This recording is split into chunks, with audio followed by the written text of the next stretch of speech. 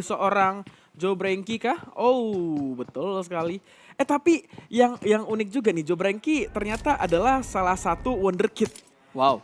yang digadang-gadang ini bakal galak juga pas. Harusnya iya sih, melihat dari beberapa gameplay ataupun beberapa movement yang dilakukan oleh Jubrenki itu benar-benar memperlihatkan gitu, ini loh calon professional player masa depan yang bisa dibilang kayak jenjang karirnya itu nggak hanya untuk 1 tahun aja tapi bisa untuk 2-4 tahun ke depan. Iya betul banget. Tapi seorang Fajar lihat pas dia sedang salam dari Binjai. Wow. Tapi ke arah batu. Dari tadi lah. Bukan pohon pisang. Bukan, Karena batu. nggak ada pohon pisang di sana. Ada pohon keras seperti ini ya. Betul sekali. Tapi kalau kita perhatikan juga dari head to head yang dipersembahkan oleh Samsung Galaxy A52s 5G. Kali ini Fajar dan juga Microboy. Ini dua pemain yang tadi di game kedua benar-benar memberikan kualitas mereka. Di Miramar mereka bermain dengan sangat bagus. Bahkan Fajar tadi yang menjadi bisa dibilang mendapatkan spotlight yang cukup banyak gitu. Betul. Yang paling unik dari Fajar kita di Miramar, Fas, apa? Dia terkena flashbang. Betul. Gelap Tapi banget tenang dong. Iya, tapi tenang, tiba-tiba player daripada Dewa United itu nggak aware bahwa ada seorang Fajar di balik satu gundukan. Betul. Dengan enaknya Fajar langsung nge-spray aja, bahkan terkejut mungkin player-player dari Dewa United dan dengan instan dipulangkan ke arah lobby. Betul sekali, itu sebuah permainan yang cukup apik banget ya. Dan melihat tadi ada beberapa head to head atau satu buah momen head to head yang dikeluarkan. Sekarang malah kita ngelihat EVOS dan Ion tuh terkesan dekat tapi belum saling melihat. Iya. Karena tadi udah ternyata hanya berbeda low ground dan juga high ground. Betul. Misery akan menjaga area sisi kanan, sebelah kiri juga masih ada teman yang menjaga. Ini kayaknya akan siap untuk skema happy birthday pas. Ya, ini udah pasti bakal ada happy birthday yang diberikan oleh Ion ke arah EVOS. Cuma momentumnya tuh kapan gitu. Ini yang kita bahas tadi. Betul, sudah terpantau ya mereka bermain di GH-nya RA. Gue nggak tahu, gue taunya itu bukan dari facecam ya, tapi gue tahu dari story-nya Ispan tadi. Oke. Alright, dari Misery memantau jelas pergerakan dari EVOS, sementara Laser juga nggak mau keluar dari arah kompon mereka. Mereka memiliki tugas yang cukup penting juga di mana satu kompon dijaga oleh satu orang. Ion, gue rasa mereka cukup baik di posisi mereka saat ini. Sementara ini ya, berbeda halnya mungkin untuk 3 atau 5 menit ke depan, mereka bakal berpindah ke tempat yang lain lagi karena blusan pertama juga sudah mulai bergerak. Iya, tapi yang selalu diperhatiin nih pas, kalau misalnya EVOS udah langsung rotasi cepat, terus ngambil beberapa compound, mereka selalu nge-split compoundnya. Oke. Jadi selalu bisa memberikan kejutan untuk tim-tim lawan yang ketika mereka masuk nggak ada EVOS di situ, langsung bisa dipulangkan karena lebih. Tapi bahayanya adalah ketika tim lawan masuknya berbarengan, bisa di cover. Itu dia, semua kalau ditabrak tiba-tiba ya pasti bakal ketar-ketir juga gitu. Melihat kondisi yang kayak nggak siap atau backupnya juga agak sedikit lambat gitu. Tapi berbeda lah mungkin setiap gameplay yang dimainkan oleh tim-tim ini dari satu map ke map yang lainnya. Karena setiap map juga punya keunggulan dan kekurangannya masing-masing. Kali ini kalau kita berbicara tentang Sanhok udah pasti bakal ada gameplay-gameplay yang agak sedikit pasif gitu tadi. Ya betul sekali, dan zona sepertinya masih agak galau. Sekitar 10% di arah Pulau A dan 70%-an itu lebih banyak di arah bawah ya. 2 Pulau B dan Pulau C. Untuk tim-tim yang mengambil area tengah seperti Painan, NFT, ini masih cukup enak.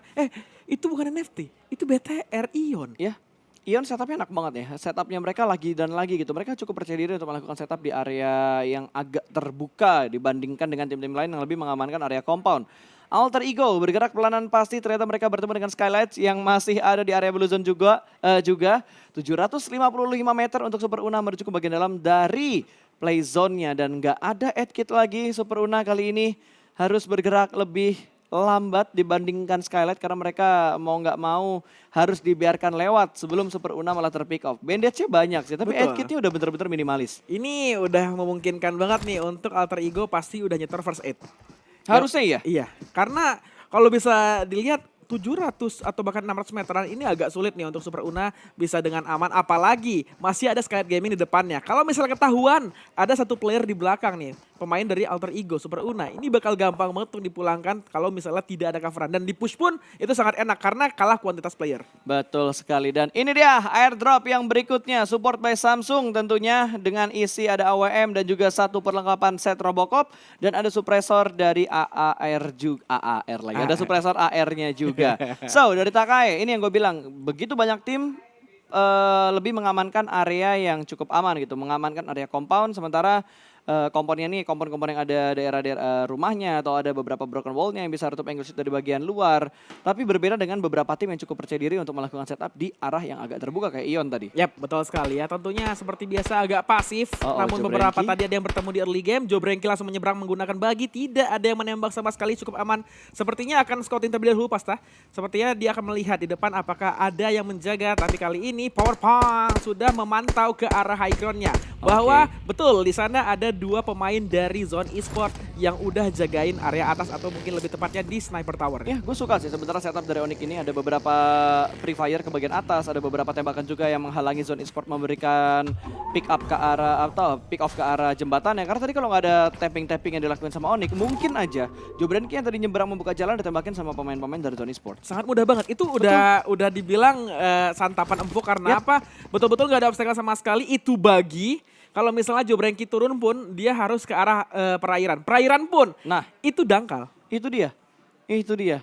Mau nyelam nggak bisa, ketembak udah pasti kena. Serba gitu. salah. Serba salah sebenarnya untuk daerah-daerah sungai yang ada di Sunhawk ini. Beberapa sungainya tuh cetek gitu loh. Cetek ya. Cetek banget, udah jalan jadi lambat, mau berenang ngumpet juga nggak bisa, tapi tiba-tiba Genfos mendapatkan tembakan dari arah sebelah kiri dan juga kanan ada EVOS yang bisa mengetahui setup dari Ion saat ini. Yap. Ya, ini kalau bisa dibilang Genfos bisa menjadi player yang makin berkembang pas. Ya. Karena beberapa kali aku juga melihat Genfos seperti di season 4 dia menjadi Terminator ketiga di liganya. Betul, jadi memang semua player itu bisa kita lihat step up atau tidaknya mereka dari beberapa achievement yang mereka dapatkan, terus dari beberapa kesempatan yang mereka dapatkan juga, karena tanpa kesempatan kita nggak bakal ngelihat perkembangan seperti apa. Tapi Genfos licin betul, bahkan tidak membuat Red Face menembak ke arah Genfos karena tadi pergerakannya begitu cepat. Sayang banget kalau misalkan ada open fire lagi yang dilakukan, bisa aja itu jadi ngebuang peluru dan malah posisinya semakin terketahui oleh tim-tim yang ada di sekitar EVOS. Di line Ion. Yang pastinya tadi Ion sudah berpindah dari seorang Genfos karena dia tahu udah mendapatkan informasi di bawahnya. Tapi kali ini Raffi perlahan-lahan melakukan proning ke arah atas. Sepertinya belum diketahui oleh seorang mineral. Namun Raffi tidak terlalu terburu-buru karena Fly Kido pun ada di bawahnya. Ini jadi sandwich moment untuk seorang Raffi. Namun di follow up lagi oleh 3 player daripada Onyx lainnya. Tidak tahu nih kalau misalnya ada seorang Raffi yang dibalik obstacle besar kali ini. Betul, sudah mulai bergerak, mendekat, semakin dekat menuju ke arah zone e-sport, tentunya sudah mulai ngeker juga di mana ada satu pemain yang terspot di bagian belakang, belum melakukan pergerakan sama sekali dan sudah mulai membangun sebuah pergerakan, tapi baik bakal mencari arah lain terlebih dahulu karena boom, tiba-tiba rotasi di sekitar RRQ dan Bonbit berhasil mereka amankan. Poin pertama untuk RRQ harusnya bakal segera masuk karena mereka berhasil memporak-porandakan setup rotasi dari tim Bumi Sports. Ya, Voldemort masih memantau, tentunya ingin langsung mencekir seorang Voldemort, tapi kali ini Ken balik lagi, tertumbangkan, tinggal 2 player dari Boomor, tentunya sangat pede untuk maju ke depan. Masih ada beberapa obstacle yang bisa dimanfaatkan untuk menjadi satu coveran yang cukup besar. Fokker di arah bawah sepertinya tidak ingin mengambil banyak resiko karena kita melihat 4 player RRQ sangat pede untuk ke bawah. Fokker perlahan-lahan bersembunyi di balik dari Logran turun dan ini bakal menjadi setapan empuk ditembak.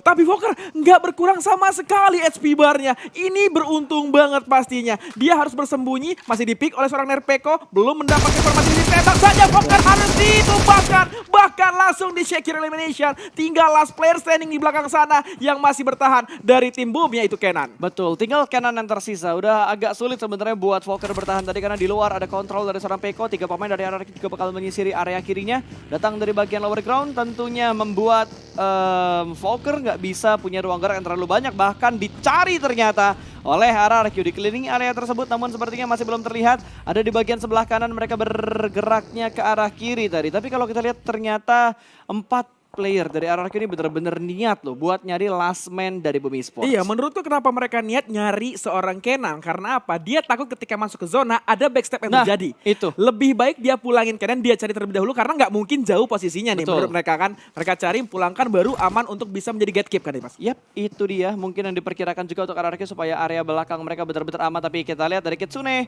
bergerak pelan saja dengan menggunakan vehicle-nya, namun tidak ada open fire dari seorang Uni. 3 elimination sudah dikumpulkan dan dikelilingi begitu saja. Sudah mulai ada tembakan yang terjadi, namun belum ada pancingan yang dikeluarkan oleh Uni. Kali ini malah mereka bakal menjadi arah jembatan karena Wedus The last man Wow. standing begitu berani untuk membuka tembakan. Bahkan dia berhasil mendapatkan satu knockdown-nya ke arah tim NFT. Kali ini Spavel yang bakal menjadi korban. Ya, ternyata seorang Wedus masih bisa nge-backstep tim NFT dari belakang. Dan kali ini DU harus tertumbangkan satu playernya Ghidorah, tapi masih bisa di-revive oleh seorang Steve Boy. Di bawah sana ada tim EVOS yang masih menjaga area mereka. Namun di belakang ada fight yang terjadi antara tim Onyx dan juga tim Zone Esport. Ini kayaknya fight udah nggak bisa dihindarin lagi sih. Circle sudah semakin mengecil, apalagi udah masuk untuk circle keempat dengan menit ke-19. Blue Zone akan segera menutup dan akan menimbulkan circle yang kelima. Onyx sudah sangat jelas terspot. Kali ini angle yang begitu free dari Hands the Public. Namun masih belum bisa mendapatkan sebuah knockdown-nya karena mereka mendapatkan beberapa obstacle yang bisa menutup angle shoot dari arah Hands the Public. Ini sayang banget kan tadi melakukan tembakan tapi tidak sempat men-take down. Betul. Jadi pada akhirnya dia tidak akan mungkin langsung nge-push ke arah depan. Yap. Dan tentunya Onyx dapat informasi kalau di belakang mereka ada tim Dewa United yang menembak tadi. Tapi kali ini Fajar melakukan proning, ingin melakukan tembakan karena Rocky di sana sendirian sudah menumbangkan dua player. Ini luar biasa banget. Tapi dua pemain lagi dari Takae cukup jauh bahkan mobil yang dimasukkan ke arah compound. Rocky pengen jadiin compoundnya adalah showroom motornya sendiri. Betul, itu bahaya banget kalau tadi misalkan motornya meledak di dekat sama Rocky karena dia masukin motornya sampai ke bagian dalam. Bahkan kali ini Ion lagi dan lagi mereka bertemu dengan EVOS. Angle-nya saling melihat namun masih belum saling menjatuhkan dan lihat.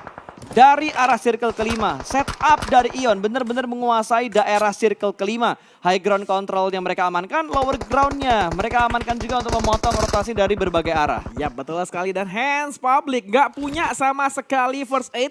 Hanya punya bandage untuk gulung-gulung 17 bandage. Tapi ternyata satu player dikirimkan untuk melakukan healing di belakang. Kurang lebih tadi ada 22 first aid kit Pasta. Betul, kayaknya bakal banyak deh yang akan bermain healing untuk di Sanhok kali ini. 20 menit, masih ada 12 tim dengan 33 orang yang masih bermain tentunya. Apalagi dari DU, Steve Boy juga masih punya angle menuju ke arah Red Face. Di mana Red Face mendapatkan area compound ini, area yang benar-benar prima. Tapi lihat, sebuah pergerakan sudah mulai dibangun. Bahkan di arah lain dari Genfos mendapatkan satu pemain dari Eagle 365. Kali ini kembali tumbang bahkan Cimoy menjadi santapan poin untuk tim Ion. Lyzerk melakukan proning dan setup smoke tentunya untuk maju ke arah depan. Karena mereka tidak mendapatkan zona tapi terus memantau ke sebelah kanannya. Karena begitu ramai tim-tim lain. Microboy akan memantau juga. Genfos ada di area depan seperti 3 player lainnya. Ini setup yang Pasta bilang tadi begitu bagus. Mereka menguasai high ground, low groundnya juga. Langsung tembakan saja Lyzerk dapatkan KF. Itu kelihatan banget tinggal di spray tapi tidak melakukan tembakan seorang Genfos karena low ground. Rocky pun ditumbangkan. Red Face melakukan tembakan dipulangkan karena lobby. Red Face pun harus terkena blue zone dan tidak bisa bergerak lebih leluasa lagi. Betul, ini setup dari Ion benar-benar mematikan banget untuk EVOS. EVOS gak punya ruang gerak terlalu banyak lagi. Bahkan ada smoke setup dari Genfos kali ini mengamankan areanya terlebih dahulu. KF terspot, tembakan kali ini bertukar seorang KF dari KF. Masih bisa touchdown untuk menyelamatkan satu pemain EVOS yang terknockdown. Iya, Genfos seperti biasa raja dari Fragger. Dia selalu menggunakan beberapa nit atau bahkan molotov untuk melemparkan dan itu on point banget Pasta. Kayaknya udah sering belajar 3 point kalau misalnya seorang Genfos kali ini. Dan tidak on point tentunya ke arah obstacle yang dikuasai dengan 2 player dari EVOS kali ini. Tapi Miseri melihat seorang Lyzerk tertumbangkan di sana. KF masih melakukan healing, apakah akan keluar? Kalau keluar ini pasti bakal menjadi free shot banget untuk seorang Miseri. Ini benar-benar bencana banget buat EVOS. Pergerakan mereka benar-benar dibatasi oleh tim Ion saat ini. KF, the last man standing, tapi ternyata di bagian belakang masih ada Takae. Masih ada banteng ungu di belakang dari Harimau Putih.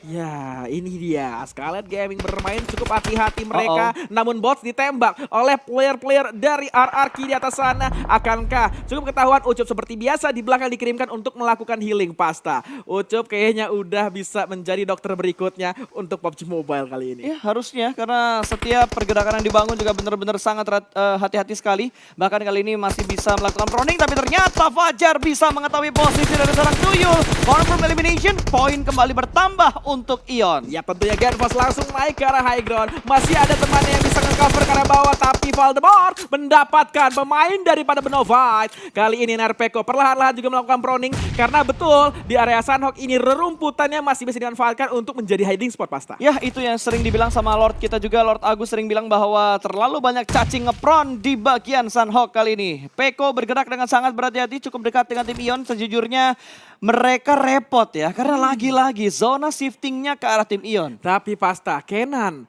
last player standing dari Boom masih bisa bertahan tentunya sepertinya sudah mengakumulasi beberapa first aid sehingga dia masih bisa melakukan healing. Uni pun dipulangkan oleh Blue Zone dan kali ini Scarlet Gaming Reverse Blue dengan 3 playernya tidak mau gegabah, sudah melepaskan ransel tentunya untuk agar tidak terlihat dari tim lain. Genfos, Misery dan juga Fajar sepertinya akan terlihat sebentar lagi, namun kalau kayak gini Pinky kayaknya nggak akan nembak terlebih dahulu Pasta. Ini daerah kekuasaan dari Ion udah benar-benar meluas banget loh, dan akhirnya Crush sudah kehabisan aid kitnya, tapi dari arah lain ternyata RRQ nge-spot keberadaan dari Ion, namun Ion yang lebih mendapatkan sebuah momentum. Satu dipulangkan bertukar lobby, poin bertambah lagi untuk Ion kali ini, 5 tim tersisa dan hanya 3 tim yang sudah masuk ke dalam zona. 3 tim tersisa dan pastinya ada beberapa player lagi. Untuk Keran sendiri di belakang tidak akan melakukan fight, pastinya ini akan terus aman sekali, bahkan Asa harus tertumbangkan di belakang sana. Misery dengan PD-nya maju ke depan, tapi awas di sebelah kirinya ada Smith yang lagi nge-prone, nggak ketahuan posisinya. Ini bahaya banget, netnya on point banget, tapi